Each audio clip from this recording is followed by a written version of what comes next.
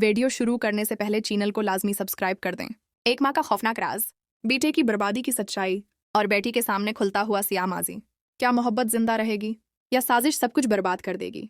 महल जैसे आलीशान drawing room में सन्नाटा छाया हुआ था, लेकिन सोनी और शीतल की आंखों में नफरत की आग भड़क रही थी। सोनी का चेहरा गुस्से से सर्क हो चुका था। उसने अंगली उठाकर शीतल को सख्त लहजे में खबरदार किया। शीतल, आखिरी बार समझा रही हूँ, मेरी बेटी और मेरे दामाद की जिंदगी से दूर हो जाओ। अगर दोबारा उनके बीच आने की कोशिश की तो मुझसे बुरा कोई नहीं होगा, समझी तुम? सोनी को जरा भी अंदाजा नहीं था कि उसकी एक एक बात पीछे खड़ी रूही सुन रही है। रूही की सांसें जैसे रकसी गईं जब उसने अपनी माँ को इस कदर खौफनाक रूप में देखा, मगर शीतल के चेहरे पर खौफ का एक साया तक न आया।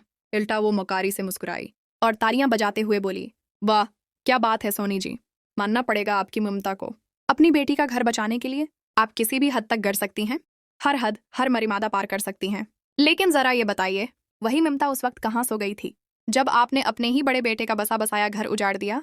अपनी बेटी की खुशी के लिए आपने अपने बेटे की खुशियों की कुर्बानी दे दी। शीतल के ये अल्फाज सोनी के पैरों तले जमीन खींच ले गए।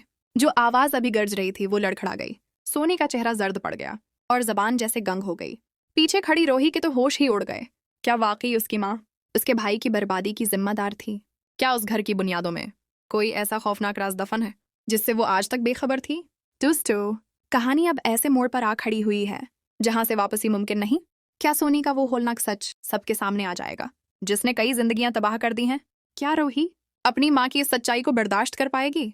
और सबसे बड़ा सवाल, क्या नाहर और रूही की मोहब्बत इन साजिशों के तूफान का सामना कर पाएगी, या ये दोनों हमेशा के लिए जदा हो जाएंगे? आगे कहानी में ऐसा जलजला आने वाला है जो इस पूरे खानदान की बुनियादें हिला देगा।